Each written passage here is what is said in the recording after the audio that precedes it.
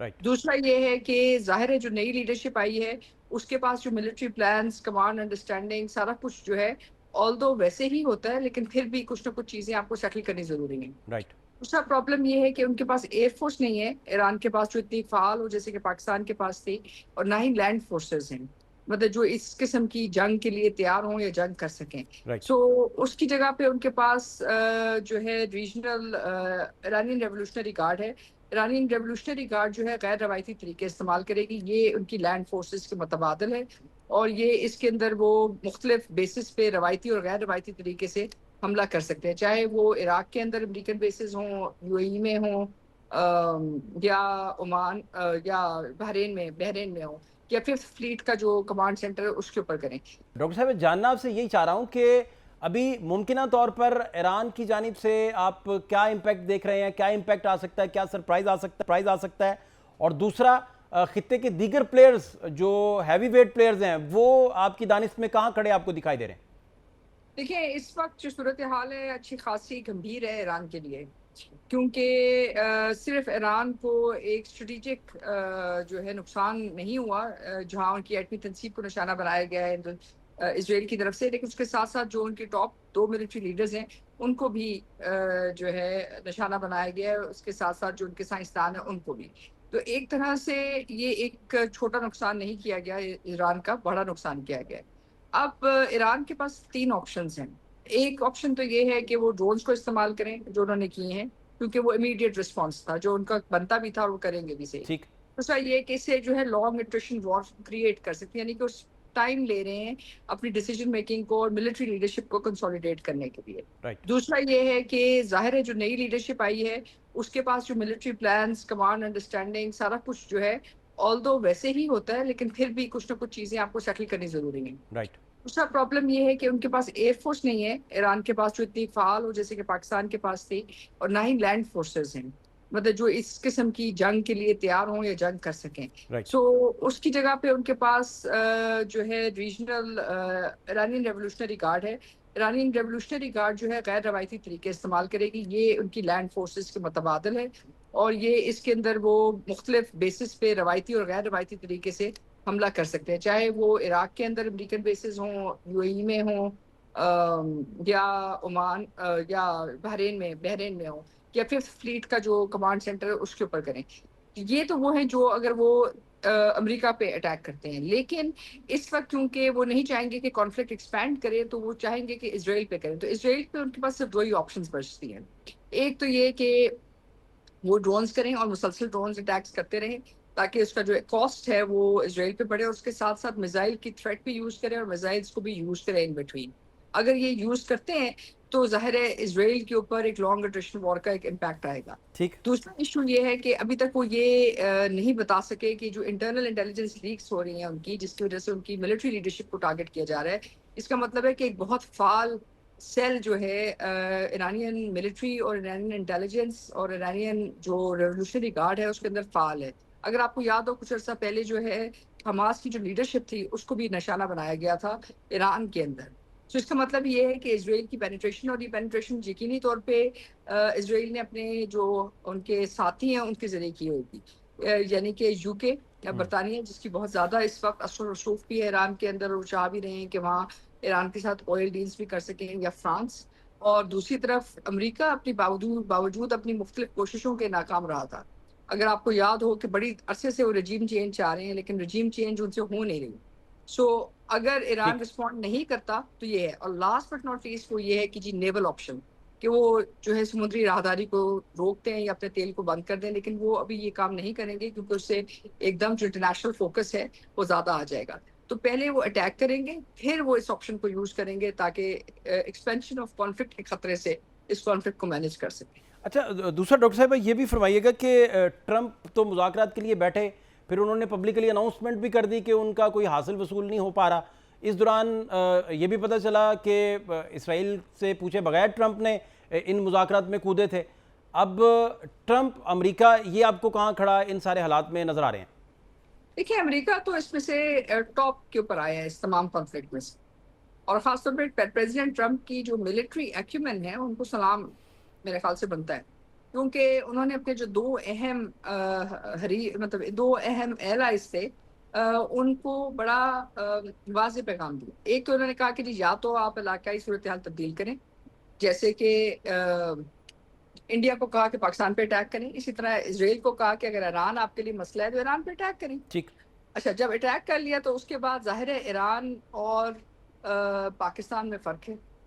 एक आप एटमी रियासत हैं, आपके पास लैंड फोर्सेस है, एयर फोर्स है, ठीक। आपकी मिलिट्री डिमेंशंस डिफरेंट हैं। ठीक। लेकिन ईरान के लिए जो उन्होंने सूरत हाल पैदा की है, उसमें इसराइल के लिए जो दूसरी चीज़ ये है कि उन्होंने कहा जी अगर आप अटैक करते हैं तो मैं आपके साथ नहीं हूँ, अगर आप डिफेंड करेंगे तो उसमें, क्योंकि हमारा दफाई माहिदा है इसराइल और अमेरिका का, तो उसमें मैं आपके साथ खड़ा होगा।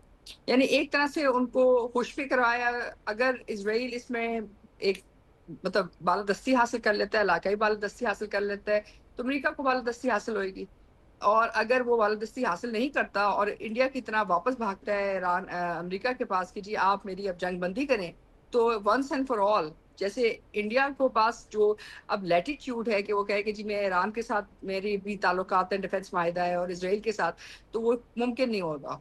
They will have to side 100% with the American camp. और इसराइल के लिए भी ये मुमकिन नहीं होगा इस कॉन्फ्लिक्ट के बाद कि वो अमेरिका को ये कह सके कि जी मशरिक वस्ता में मैं अपनी इंडिपेंडेंट पॉलिसी चलाऊंगा। अगर वो बच जाता है तब भी, अगर नहीं बचता तब भी।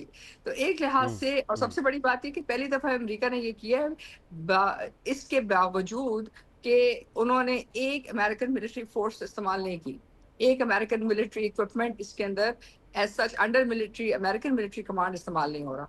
सो दिस इज मिलिट्री एक्विपमेंट। और उसके साथ साथ रूस और चीन को भी उन्होंने एक बड़ा वाज़ेह पैगाम दिया है कि अगर आप अपने एलाइज को नहीं बचाएंगे तो my allies will take over your allies. ठीक। तो अच्छा। अभी रूस और चीन को कुछ तो करना पड़ेगा। अच्छा, तीसरा डॉक्टर साहब ये भी फरमाइएगा कि जो दुनिया भर का ख्याल है, अमेरिका पे का भी ख्याल है, वहाँ तो कुछ दावे ये भी आए कि इन्वेस्टमेंट वहाँ हो चुकी है, जोहरी तवानाई ये हासिल कर चुका है ईरान। आपके ख्याल में कोई ऐसा सरप्राइज़ है जो दुनिया देख पाए, या आप समझते हैं कि नहीं ऐसा नहीं है, बस ड्रोन के ज़रिए वो प्रोलॉन्ग करेंगे सारी स्ट्रेटजीज़ को ईरान जो है? देखिए, इस वक्त इशू ये है कि ईरान को उन्होंने एक बहुत बड़ा नुकसान दिया है, और नुकसान छोटा नहीं है। यूरेनियम इन्वेस्टमेंट प्रोग्राम जो है अमेरिका का एक नया गोल्ड स्टैंडर्ड है। उस गोल्ड स्टैंडर्ड के मुताबिक अमेरिका ये कहता है कि आप इन्वेस्टमेंट नहीं करें, मेरे से आप मटेरियल खरीदें, यानी कि न्यूक्लियर मटेरियल आप मेरे से खरीदें और उसको आप अपने रिएक्टर्स में इस्तेमाल करें। ठीक। यानी आपके पास ये फुल फ्यूल साइकिल की सलाहियत ही नहीं होनी चाहिए। और ये जो है नया स्टैंडर्ड है उनकी तरफ से। और जाहिर है अगर ये बनता है तो जहाँ जहाँ दुनिया में न्यूक्लियर रिएक्टर्स बनेंगे वहाँ वहाँ अमेरिकन जो प्रोडक्ट है वो बिकेगा और बिलियंस ऑफ डॉलर्स का उनको फायदा होगा। यानी कि एनर्जी, फ्यूचर एनर्जी के ऊपर, ग्रीन एनर्जी के ऊपर वो बैठेंगे। ठीक। ईरान के इस धमाके से जाहिर है दो इश्यूज हैं। एक तो ये है कि इस नंताज फैसिलिटी में 1000 से ज्यादा न्यूक्लियर सेंट्रीफ्यूजेस थे जो ऑपरेशनल थे, और 5% तक नंताज के अंदर उन्होंने अभी तक इन्वेस्टमेंट कर ली थी। ठीक। सो मटेरियल उनके पास मौजूद था। लेकिन दूसरी इशू ये है कि वहां से क्या मटेरियल रेडिएशन हुई है, क्या हुआ है, अभी तक हमें कुछ नहीं पता। आइए, ये खामोश है। सो इसकी जो लाइबिलिटी बनती है, जो उसकी इकोनॉमिक्स के इशू के साथ साथ एनवायरमेंटल इशूज हैं जो पाकिस्तान पे भी इफेक्ट होंगे, अफगानिस्तान पे भी होंगे, सऊदी अरेबिया पे, यूएई पे, ओमान पे, ये अभी तक वाजे नहीं हुए। ये पहली दफा है फुकुशिमा के बाद कि जहां एक सिविलियन न्यूक्लियर फैसिलिटी के ऊपर एक मिलिट्री अटैक हुआ है और उसके बाद ही रेडिएशन आ रही है। फुकुशिमा के अंदर तो एक सिविलियन फैसिलिटी थी जो एक नेचुरल डिजास्टर से इफेक्ट किया था, और चेरनोबिल में भी। लेकिन यहाँ पहली दफा मिलिटरीली इसको स्ट्राइक किया गया है। तो ये एक छोटी डेवलपमेंट नहीं है। इसका मतलब ये है कि एक टैबू था कि जी न्यूक्लियर फैसिलिटीज पे नहीं अटैक किया जाएगा, वो आज जो है इसराइल ने खत्म कर दिया है। और अब इसका जो रद्द-ए-अमल है वो क्या होगा, क्या ईरान के पास कैपेबिलिटी है? ये जो 2 साइंटिस्ट मारे हैं, इसका मतलब ये है कि उन्होंने ईरान की जो फ्यूचर कैपेसिटी है उसको कम से कम 5 से 6 साल या 10 साल पीछे फेंक दिया है। अब इसकी जो प्राइस है उसको अंदाजा इस बात से आप लगाएं कि ईरान ने इस फैसिलिटी को बचाने के लिए सैंक्शंस बर्दाश्त की, वो स्विफ्ट से निकले, वो मतलब ग्लोबल सैंक्शंस के अंदर रहे हैं, 1 साल नहीं, 2 साल नहीं, साल 20 साल से वो अंडर ग्लोबल सैंक्शंस हैं। और इस फैसिलिटी को इजराइल ने रातों रात आके मतलब डिस्ट्रॉय कर दिया है। तो ये एक छोटी चीज नहीं है। अच्छा, बड़ी इंपॉर्टेंट डॉक्टर साहब आपने जो एक स्केच खींचा, आपके मुताबिक ये था कि ईरान वाले मामले में भी अमेरिका उसी तरह ही, और इजराइल का मामला जैसे इंडिया पाकिस्तान, ये आपने एक अच्छी एक पैरेलल ड्रॉ किया सारा। तो आप समझती थी कि प्लान पाकिस्तान के लिए भी था, अगर पाकिस्तान कैपेसिटी को भी अंडरमाइन करके इंडिया के जरिए जो जारियत करवाई गई, तो उसके पीछे कोई न्यू वर्ल्ड ऑर्डर का डिजाइन था आपके नजदीक? इसमें तो कोई शक नहीं है। देखिए, अगर आपको देखें पिछले जो कोऑपरेटिव थ्रेट रिडक्शन प्रोग्राम के तहत पाकिस्तान के एटमी प्रोग्राम पे कितनी बातें आपने सुनी इंटरनेशनल मीडिया में, जहां उन्होंने कहा जी पाकिस्तान के एटमी हथियार महफूज नहीं, जहां उन्होंने कहा कि जी पाकिस्तान के एटमी हथियार 60 kilometre away from Islamabad, Taliban TTP का। फिर इसके बाद आपने मुख्तलिफ औकात में आपकी हर फैसिलिटी पे तो उन्होंने अटैक किया है, सरगोदा में किया, आपकी मतलब हर फैसिलिटी में जहां वो समझते थे कि आपके पास न्यूक्लियर कैपेसिटी है उधर अटैक किया। फिर उसके बाद इस जंग के अंदर भी जब हिंदुस्तान की चीजें अटैक हुई तो उन्होंने क्या कहा कि जी हमने जो अटैक किए हैं यहाँ खानिया के अंदर, मतलब यहाँ जो है उसके अंदर भी और बाकी जगहों के ऊपर भी उन्होंने कहा जी कि यहाँ न्यूक्लियर रेडिएशन आ रही है, यानी कि किसी तरह इंटरनेशनल एटॉमिक एनर्जी एजेंसी को आप एक्सेस दे दें।